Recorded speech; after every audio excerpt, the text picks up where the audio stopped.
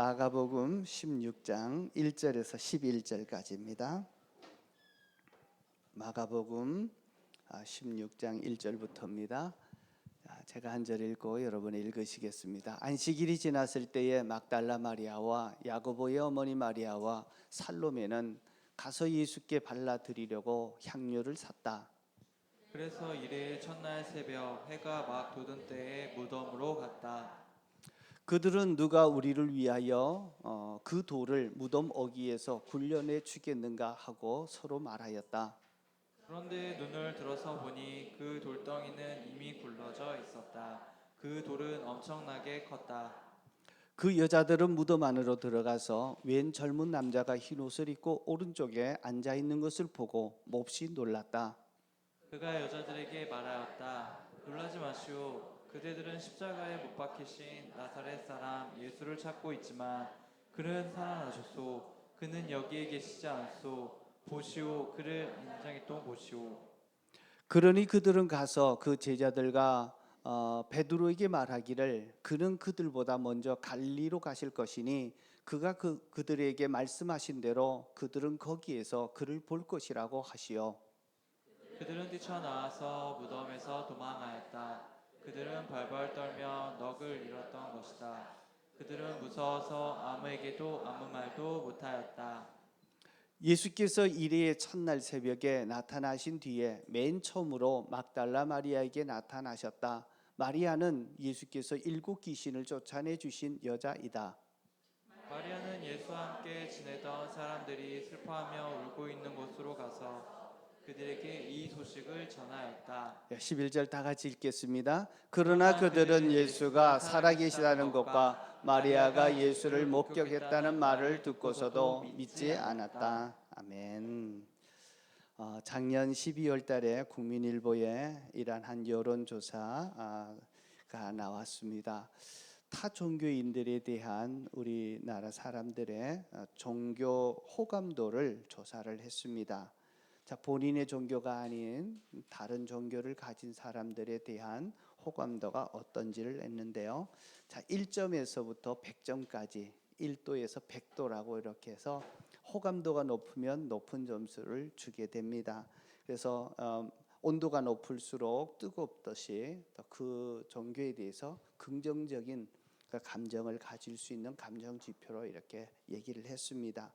그래서 캐톨릭과 불교와 개신교를 조사를 하게 되는데, 자, 이분들이 갖게 되는 다른 종교에 대한 호감도가 어떠한지 봤는데, 자, 이 세 종교들 중에 안타깝게도 우리 개신교가 호감도가 제일 낮았습니다. 자, 한번 표시를 한번 올려주시면 좋겠는데요.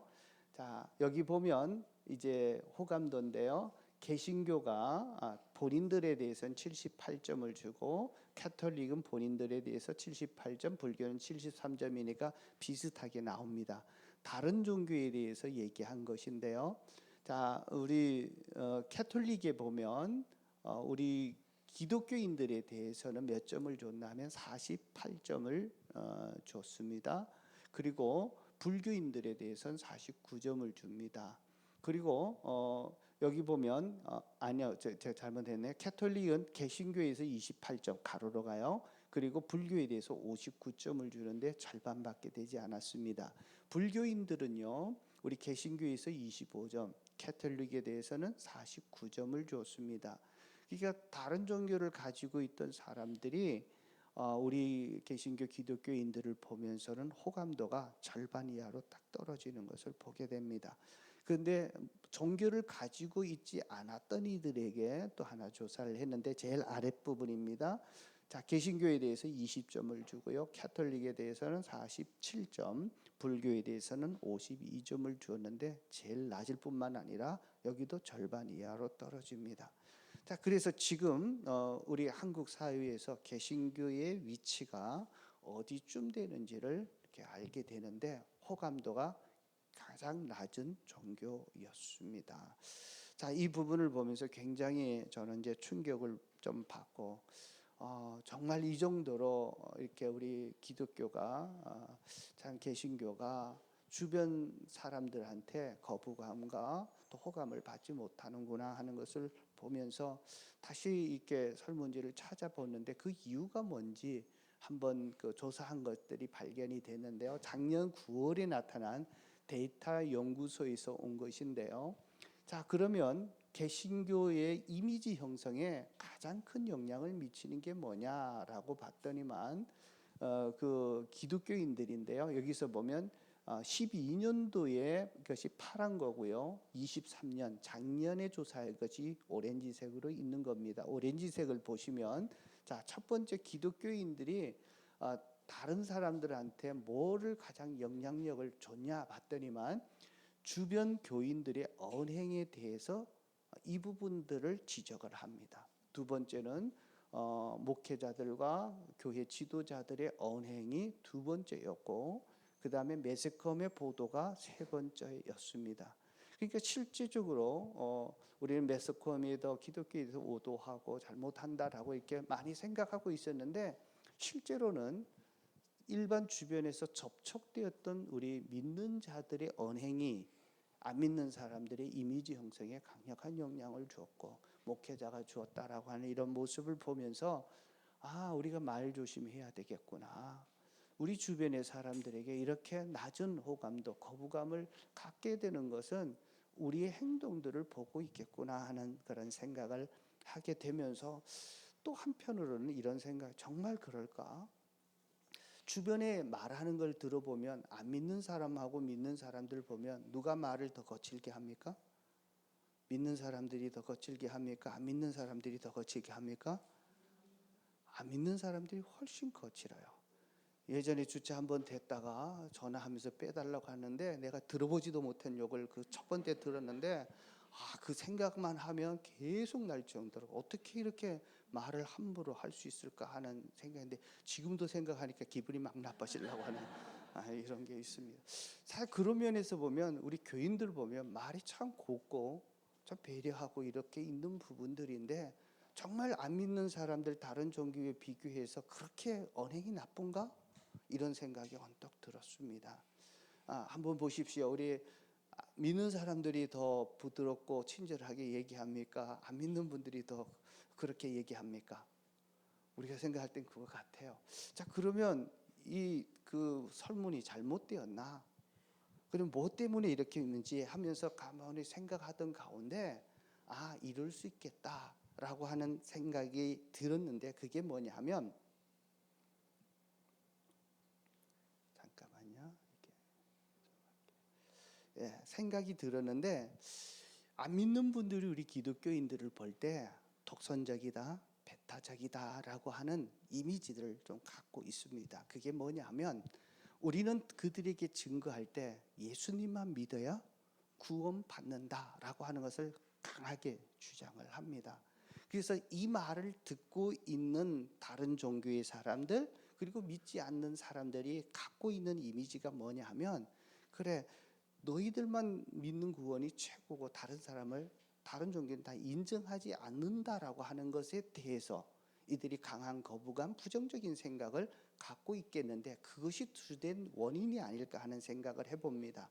그래서 그들이 듣게 되면 마치 자기들만 최고이고 자기들만이 모든 것을 알고 있다라고 하는 인상을 받지 않았을까 하는 그런 생각을 갖고 있습니다.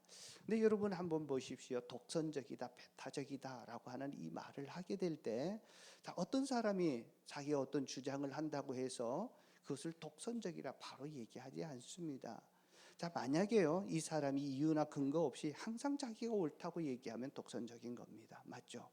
근데 그가 얘기하는 것이 사실이라면 독선적인 것이 아니라 사실인 거죠. 팩트인 거죠.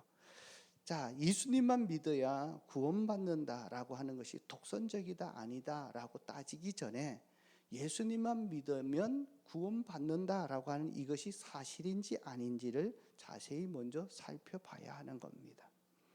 자, 우리는 예수님만 믿어야 구원을 얻습니다라고 하는 이것에 대해서 강한 믿음을 갖고 있는데, 이것이 사실이라면 독선적이거나 배타적인 것이 아니라 사실이다라고 하는 것을 우리는 믿습니다.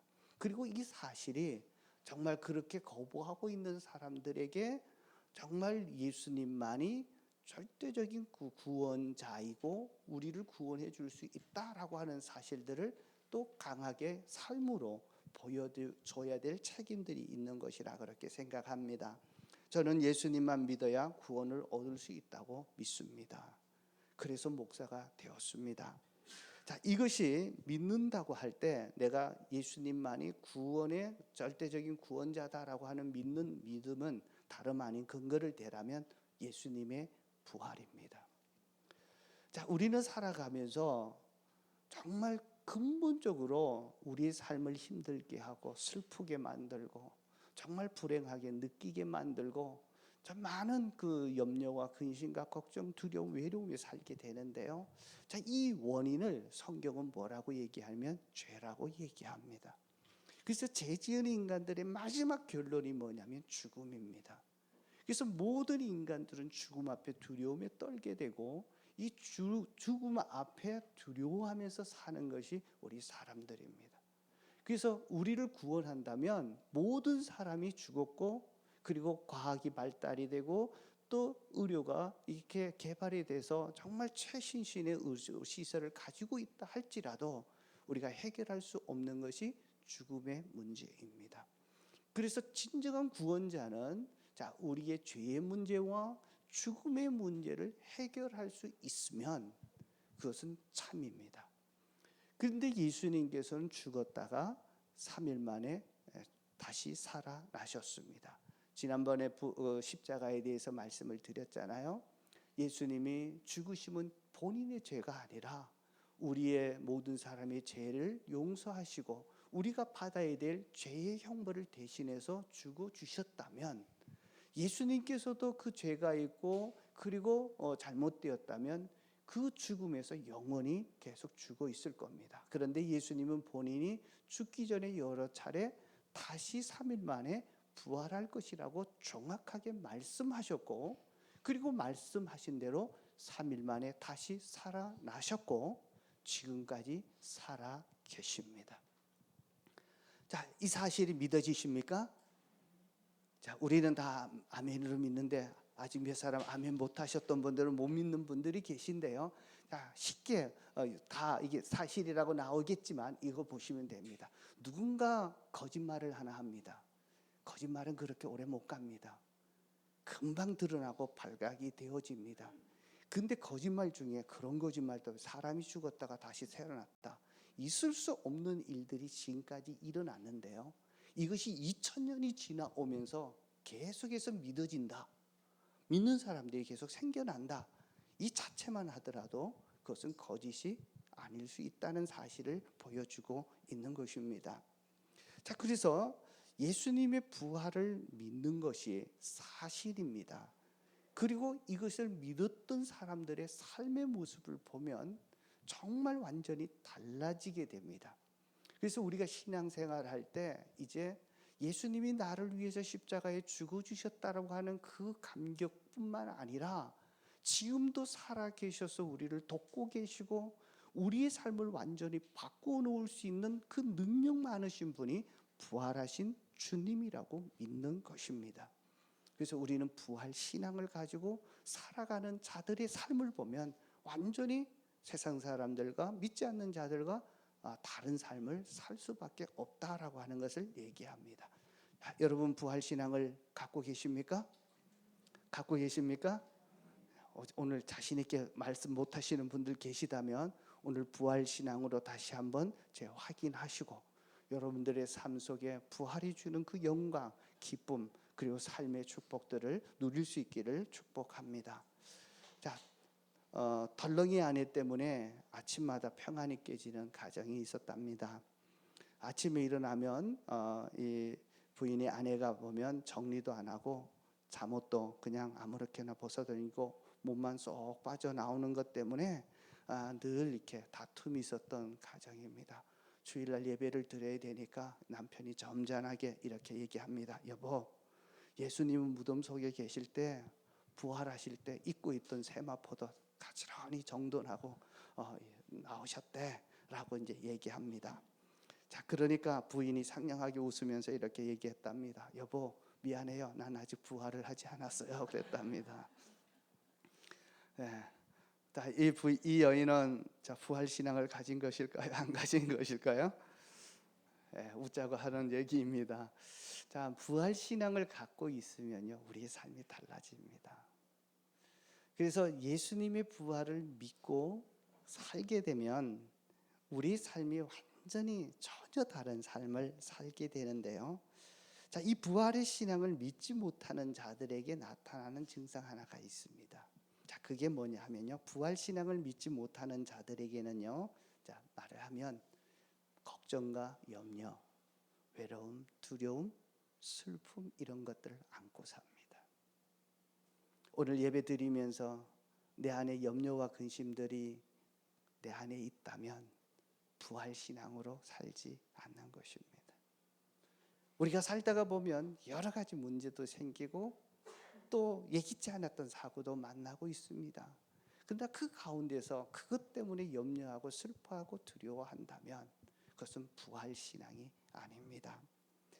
자, 오늘 말씀해 보면요, 예수님을 장사한 지 3일째 되는 아침에 막달라 마리아와 또 야고보 어머니 마리아, 살로메가 예수님의 무덤을 향해 찾아가고 있습니다. 자, 이들은 예수님의 죽음이 아직까지 믿겨지지 않았을 것입니다. 이들은 누구보다도 예수님을 사랑했고요, 자기의 재산을 바쳐서 예수님이 가는 곳곳마다 정말 그들을 섬겼던 아주 헌신된 여인들이었고, 제자들은 예수님이 십자가에 못 박힐 때 다 도망가고 배신해 버렸지만 마지막 죽음의 그 순간까지 끝까지 따라갔던 사람들은 이 세 여인들입니다. 자, 그래서 마지막까지 따라갔던 이들이었는데, 그렇게 사랑했던 예수님이 그것도 가장 잔혹한 십자가에서 죽고 말았습니다. 자, 다시 한번 무엇보다도 생각만 하면 억울하기도 하고 슬픔이 가득하고 눈물만 났습니다. 그렇게 짧은 생에 33살에 이 세상을 갔는데, 자, 그렇게 살면서 또 죄인도 죄짓지도 않았는데 죄를 뒤집어쓰고 억울하게 죽었던 부분에 대해서 원통해서 견딜 수가 없었을 겁니다.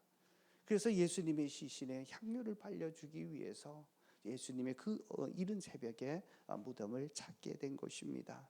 자, 이들이 무덤을 찾아가면서 다른 복음서에 보면 근심하고 슬퍼하며 찾아갔다라고 되어 있습니다.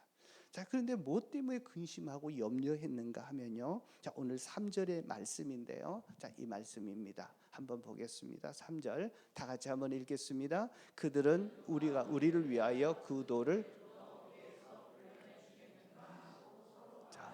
자, 향료를 가지고 예수님의 몸에 발라주기 위해서는 무덤에 갔는데, 이스라엘의 무덤은요, 우리가 매장하는 것이 아니라 굴에다가 파고 돌을 이렇게 막아놨습니다. 그리고 빌라도가 명령을 내려서 누구도 돌을 굴려내지 못하도록 인을 쳐가지고 딱 붙여놨습니다. 근데 무덤을 막았던 이 큰 돌이 있는데, 자, 건장한 장년 남자들이 서너 명이 붙여서 움직일 수 있는 아주 큰 돌입니다. 그러니까 이들이 향유를 가지고 무덤을 찾아가고 있지만 예수님의 몸에 향유를 발라주려면 돌을 굴려야 되는데 이 돌을 어떻게 굴려낼 수 있을까 염려하고 근심하고 있는 겁니다. 자, 왜요? 자기들의 힘으로는 그 돌을 움직일 수 없기 때문에 그렇습니다. 그래서 누가 우리를 위해서 이 돌을 그 문에서 굴려내 줄 수 있으랴 라고 근심하고 걱정하고 슬퍼하면서 찾아간 것입니다. 근데 이 말씀 보면요, 누가 우리를 위하여 그 돌을 무덤 어귀에서 굴려내 주겠는가 라고 하는 이 말은요, 지금까지 살아왔던 수많은 사람들이 인생을 살면서 문제 앞에 봉착하거나 내가 감당할 수 없는 큰 문제 앞에 설 때 우리가 토로하는 말이라는 사실입니다. 인생의 짐이 너무 무거워서 힘이 들었던 사람은 누가 이 무거운 인생의 짐을 내게서 굴려낼 수 있을까? 그렇게 염려하고 말을 합니다. 마음에 고통이 있고 아픔이 있어서 상처 때문에 골마 쓰러져서 피폐했던 인생을 볼 때마다 누가 내 마음의 이 상처를 치유해주고 이 마음에 묻고 있었던 큰 돌들을 굴려낼 수 있을까? 또 주변의 사람들이 보면 많은 사람들이 있는데요, 사람들이 그렇게 외로워합니다. 주변에 아는 사람은 많은데 내 마음을 알아주는 사람은 한 명도 없는 거예요. 그 외로움 속에 들어가면서 외치는 고독할 때 누가 이 외로움과 고독의 돌을 다 굴러내 줄 수 있겠느냐, 우리가 얘기하고 있습니다. 인생을 살다 보면 얽히고 설킨 문제, 내 힘으로 해결할 수 없는 막다른 인생의 골목에 서 있을 때마다 누가 나를 이 막다른 골목에서 나를 꺼내낼 수 있겠는가 외치고 있지 않습니까? 죄를 지어서 쩔쩔매면서 정말 그 죄책감에서 평생을 살아가는 사람들, 내가 그때 조금만 잘할걸 후회하면서 죄책감을 해결하지 못해서 정말 가슴이 안고 응어리진 그 무거운 짐, 마음의 짐을 지고 갔던 사람들이 누가 내 마음의 짐을, 이 죄책감을 해결해 줄 수 있을까 외치는 것이 바로 이 질문입니다. 본인이나 사랑하는 사람이 갑자기 병이 들어서 죽음 직전에 서게 되면 크게 슬퍼하고 두려워합니다. 그래서 한결같이 죽음 앞에 섰을 때 누가 이 죽음의 돌을 굴러내 줄 수 있겠는가 우리가 탄식하고 외치지 않습니까?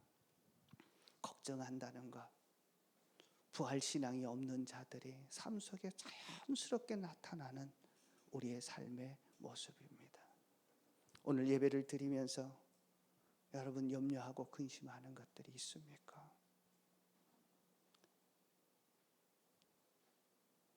마치 여인들이 무덤을 향해 찾아가는 슬픈 연생들의 어떤 탄식과 그 머리진 소리들이, 외침들이 지금 우리들의 소리일 수 있습니다. 지금까지 세상에 살았던 영혼 호걸들도 그랬듯이, 그리고 이름 없이 살아갔던 보통 사람들도 무덤을 향하여 가는 슬픈 인생들이라고 하는 사실입니다. 무덤을 향해 찾아가는 이들의 마지막은 죽음입니다. 사실 우리를 슬프게 만들고 우리를 힘들게 만드는 것 중에 하나가 있다면 죽음입니다. 죽음 앞에 모든 것이 절망할 수밖에 없고, 사랑하는 사람을 잃어야 되는 그 슬픔, 그리고 내 힘으로 감당할 수 없고 내 능력으로 그 죽음의 문제를 해결할 수 없기 때문에 우리는 절망하고 그리고 염려하고 근심하는 것입니다. 어떻게 보면 우리는 이 죽음을 향해 가는 염려와 근심을 가슴에 안고 살아가는 인생들이다 볼 수 있습니다. 그것이 사람마다 다를 수 있습니다. 어떤 사람의 건강의 문제 때문에 그럴 수 있고요, 어떤 사람들은 염려하고 근심하는 것이 직장의 문제, 사업의 문제, 경제적인 문제일 수 있습니다. 어떤 분들은 그것이 남편의 문제, 아내의 문제일 수 있고요, 자식들 때문에 그럴 수가 있고요, 부모의 문제일 수도 있습니다. 직장에서의 사람들의 관계가 좋지 못해서 그 속 끓는 근심일 수도 있습니다. 또 어떤 분들은 본인의 능력이 없어서 또 그것 때문에 늘 그리고 실패하고 좌절하는 모습을 보면서 그럴 수 있습니다. 어떤 분들은 개인의 진로와 결혼 문제일 수도 있습니다. 나를 정말 염려하게 하고 근심하게 하는 그 문제가 무엇입니까?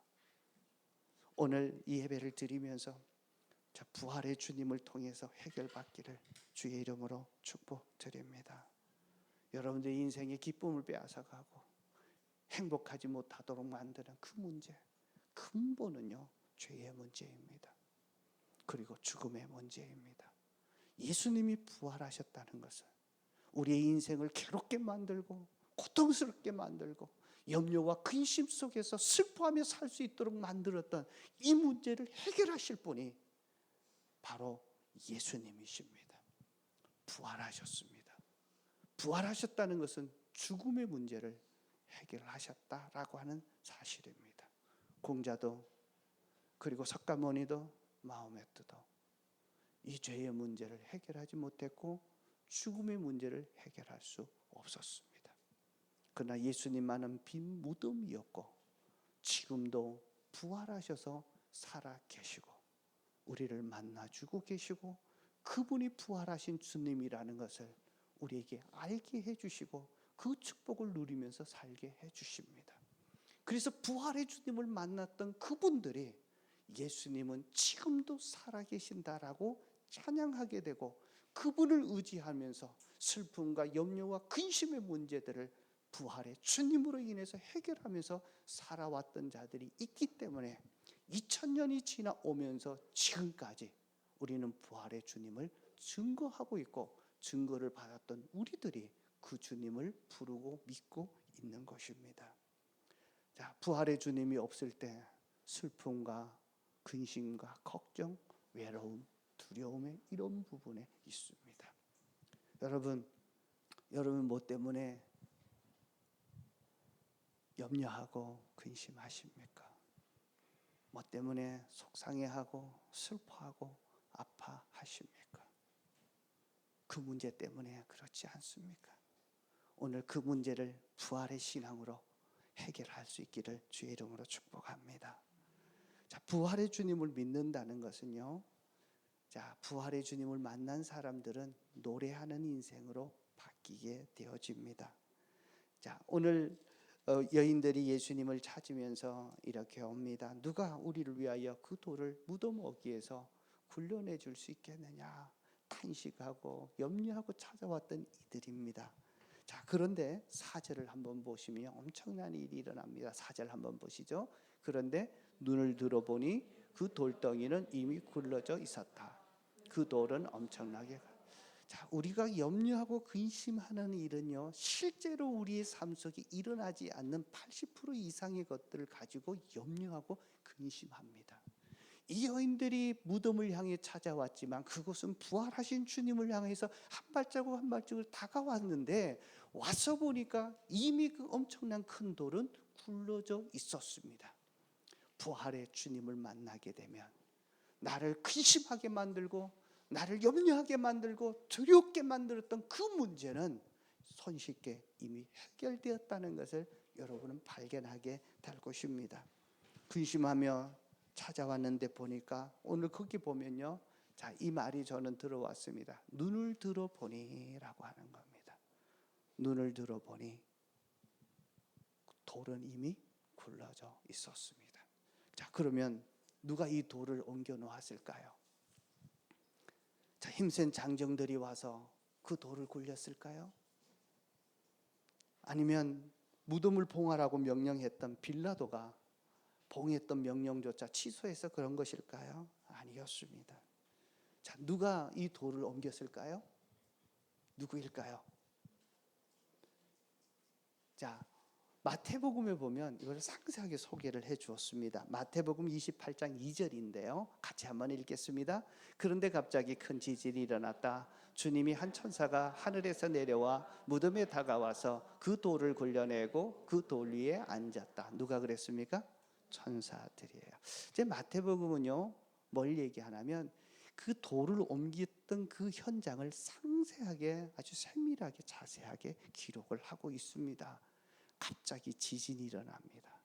자, 지진이 일어나는 가운데 돌을 옮기는데 천사들이 옮기고 그 돌 위에 앉았다라고 아주 구체적으로 표현을 하고 있습니다.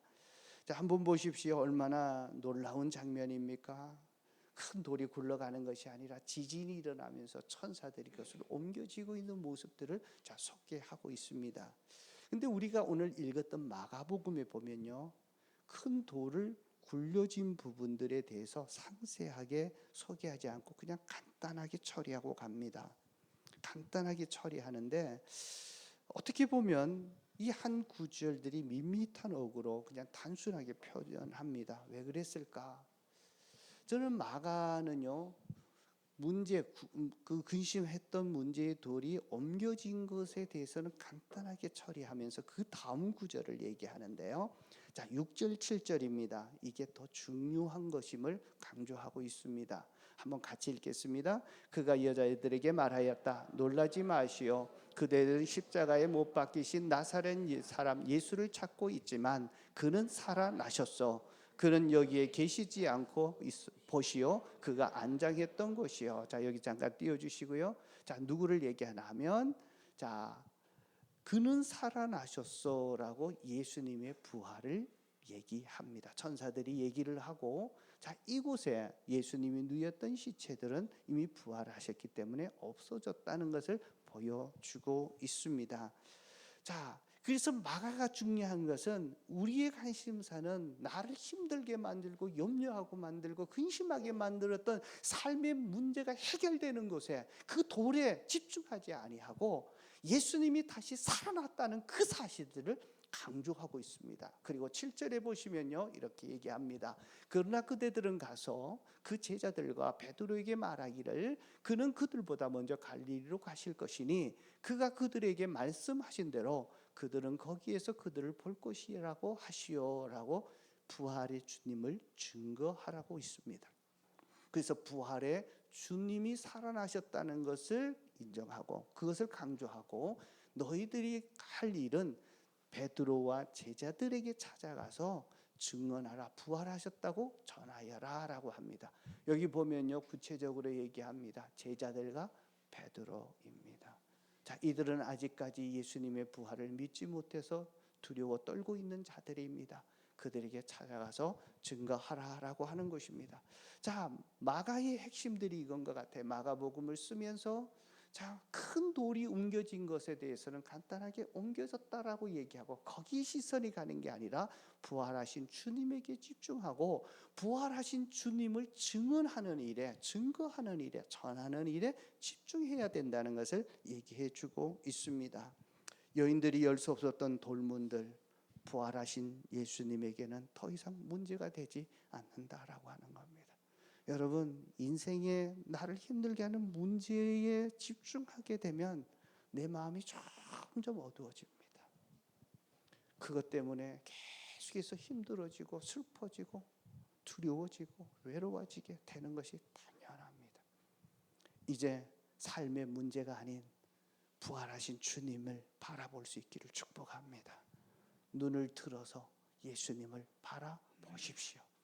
그리고 그 주님께 집중하시고 부활의 주님을 증거하는 일에 힘쓰시기를 주의 이름으로 축복합니다. 사랑하는 성도 여러분, 지금까지 내가 굴릴 수 없어서 쩔쩔매고 걱정하던 그 돌이 무엇입니까? 여러분들의 인생을 힘들게 하고 피곤하게 만들어 내 인생을 무겁게 만들었던 인생의 돌은 무엇입니까? 여러분을 좌절케 만들고 절망케 만들었던 그 돌은 무엇입니까? 오늘 이 여인들이 무덤에 갔을 때 이 돌이 이미 굴러져 해결되고 있었습니다. 부활의 주님을 향하여 한 걸음 한 걸음 찾아갔을 때 부활하신 주님께서 내 인생의 문제를 이미 해결하셨습니다. 믿으십니까? 부활의 주님을 만난 자들에게 우리 주님께서 죽음의 권세를 이기시고 정말 다시 한번 살았던 죽음의 권세의 그 능력으로 우리의 인생의 문제를 이미 해결하셨다라고 하는 사실입니다. 예수님이 부활은 우리의 죄의 문제를 해결합니다. 죄 때문에 죽음이 오고 죄 때문에 고통이 오고 죄 때문에 결국 우리를 상처하게 되고 두렵고 염려하게 만드는 것입니다.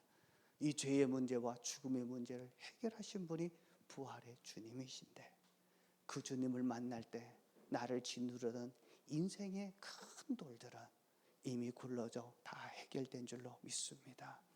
자, 우리 옆에 분에게 한번 얘기하십시오. 부활의 주님께 집중하십시오. 부활의 주님을 믿으십시오.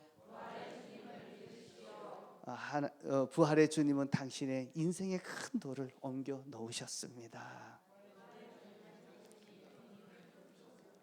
아주 갑자기 줄어드네요.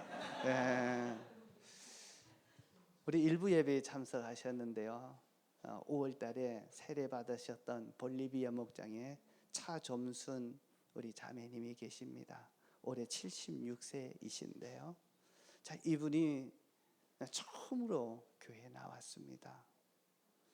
처음으로 나오면서 예수 영접 모임에 참석하면서 복음을 들었는데요. 한참 듣다가 갑자기 얘기해요.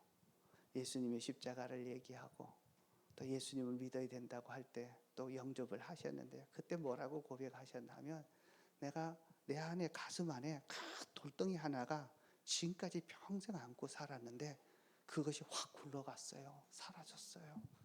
그러면서 얼굴이 환해지시는 거예요. 그러면서 요즘 목장과 주일 예배도 매번 참석하시면서 기쁜 얼굴로 오셔요. 오늘 또 예배를 드리고 이제 맞지요 하니까 고개를 끄덕끄덕 해주셨는데요. 자, 이런 고백이 얼마나 감격스러운지 모릅니다. 여러분, 정말 나의 안에 이 돌덩어리 하나씩 안고 살지 않습니까? 그것이 예수님을 영접하고 믿는 순간에 자, 그것이 후 굴러가서 자유함을 느끼는 거예요. 오늘 여러분들이 그 자유함을 누리시기를 주의 이름으로 축복합니다.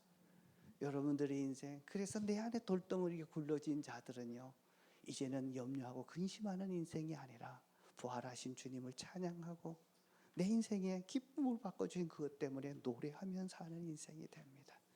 여러분, 오늘 예배에 참석하셨던 여러분들, 지금까지 어떤 염려와 근심, 어떤 무거운 인생의 짐을 지고 있더라도 부활하신 주님 때문에 노래하는 인생으로 바뀔 줄로 믿습니다. 그렇게 바뀌셔야 합니다. 자, 우리 노래하는 인생으로 바꾸십시다. 자, 그 비결은 부활의 주님을 믿으시면 됩니다. 자, 그냥 믿으시고 부활의 주님을 내 안에 모셔드리기만 하면 주님이 해결하십니다. 내가 해결하기 이전에 어느 순간에 없어졌다는 것을 발견하게 될 겁니다. 부활의 주님을 바라보십시오. 부활의 주님을 바라보는 그 순간, 부활의 주님을 찾아가는 것이 아니라 부활의 주님을 만나는 그 순간에 인생의 문제가 해결되었습니다. 이미 돌문은 열려져 있었고 돌은 굴러졌습니다. 죽음의 돌이 벌써 굴러졌습니다. 예수님이 내 죄를 위해서 십자가에 돌아가서 다 이루었다 선포하는 순간에 우리가 이제 더 이상 받을 죄의 형벌은 사라졌습니다. 예수님께서 내 죄의 문제를 해결하시고 죽으셨습니다. 예수님은 죄가 없으셨기에 죽음을 이기시고 다시 살아나신 것입니다. 지금도 살아계셔서 믿는 우리들을 돕고 계시는 분이십니다. 이 부활의 주님을 내가 믿고 받아들일 때 내 인생의 문제는 더 이상 문제가 아니라 노래로 바뀌어지는 줄로 믿습니다. 부활의 주님은 우리에게 승리를 주시는 분이십니다. 나를 두렵게 하는 문제, 나를 무겁게 짓누르면서 염려하고 근심했던 부분들이 나에게 떠나갈 겁니다. 여러분, 내 자녀들의 문제들이 해결될 것입니다. 건강의 문제도 주님께서 자유를 주실 것입니다. 은혜를 주실 것입니다. 하나님의 은혜가, 이 부활의 은혜가 여러분들에게 있어지기를 축복합니다. 예수님 다시 사셨습니다. 지금도 살아계십니다. 자, 그러면 이렇게 질문할 수 있습니다. 목사님은 부활의 주님을 만났습니까? 자, 오늘 본문에 보면 부활의 주님을 처음 만난 사람이 있는데 그가 누구냐면 막달라 마리아였습니다. 자, 막달라 마리아인데요. 자, 예수님을 따르던 12 제자도 아니었고, 그러나 12 제자보다 끝까지 십자가에까지 따라갔던 그 여인 막달라 마리아가 예수님이 부활하시고 난 다음에 첫 번째로 부활의 주님을 만나는 영광을 차지하게 되었습니다. 부활의 주님을 만난 이후로 이들은 슬픔과 걱정과 염려가 아니라 노래하는 인생이 되었습니다. 행복을 기뻐하고 정말 이런 삶으로 바뀌었습니다. 자, 그러면 어떻게 이 주님을 만나게 되었는지 오늘 보면 마가복음에 보면 자, 이렇게 얘기합니다. 자, 7절을 한번 보시오. 6절 7절 한번 같이 좀 읽겠습니다. 자, 그가 여자들에게 말하였다. 자, 놀라지 마시오. 시작. 놀라지 마시오. 그대들은 십자가에 못 박이신 나사렛 사람 예수를 찾고 있지만 그는 살아나셔서 그는 여기에 계시지 않고 보시오, 그를 안장된 곳이요. 자, 그러니 그대들은 가서 그의 제자들과 백성이 말하기를 그는 그들보다 먼저 갈릴리로 가실 것이니 그가 그들에게 말씀하시는 대로 거기에서 그를 자, 예수님이 지금 이 여인들은요, 막달라 마리아는 천사가 들려주는 예수님이 부활했다는 소식을 들었고 그 무덤이 빈 무덤이라는 것을 확인했는데 살아났다는 것을 보지는 못했습니다. 아직 경험하지 못했습니다. 자, 그런데 그 천사가 얘기를 이 예수님이 부활했다는 사실을 자, 제자들에게 가서 알려주십시오. 그리고 특별히 한 사람을 지목합니다. 베드로라고 이름을 지적합니다. 그들에게 가서 예수님이 부활했다고 증거하십시오라고 합니다. 자, 그래서 이 얘기를 들었을 때 이 마리아는요 주저하지 않았습니다. 자, 이 사실을 마태복음에 더 자세하게 설명을 하는데요. 자, 마태복음 28장 8절인데, 자, 어떤 표정을 보이는지 한번 읽겠습니다. 여자들은 무서움과 큰 기쁨이 엇갈려서 극히 무덤을 떠나 이 소식을 그들의 제자들에게 전하러. 자, 이들이 부활의 소식을 들었을 때 두 가지입니다. 예수님이 부활했다는 것을 할 때 큰 무서움이에요. 무서움이 있고 큰 기쁨이 넘쳤습니다. 자, 여기서 무서움은요 하나님을 경외하는 두려움입니다. 부활하신 하나님을 믿는 자들은 세상에 그 누구도 두려워하지 않습니다. 그러나 다시 부활하셨던 그분 앞에 두렵고 떨림으로 서게 되는 거예요. 그분을 정말 두려워하고 정말 무서워하고 그분 앞에 서기를 원하는 경외감이라고 얘기합니다.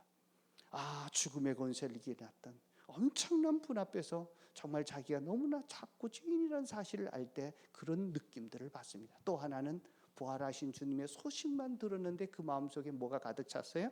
기쁨, 큰 기쁨이 넘쳐납니다. 부활의 주님의 소식을 듣는 것만 해도 우리 마음에 기쁨이 생겨나고 새로운 소망이 살아나고 희망이 생긴다는 사실을 아셔야 합니다. 자, 이 얘기를 들었을 때 이 여인은 어떻게 합니까? 이 소식을 그의 제자들에게 전하려고 걸어갔다? 달려갔다. 듣는 순간 적극적으로 곧바로 주저하지 않고 순종하는 모습입니다. 이렇게 순종하고 있는데요, 어떤 일이 벌어지시냐면 그 다음 구절입니다. 9절 10절을 보면, 자, 같이 또 읽겠습니다. 그런데 갑자기 예수께서 여자들과 붙어서 평안하냐 하고 말씀하셨습니다.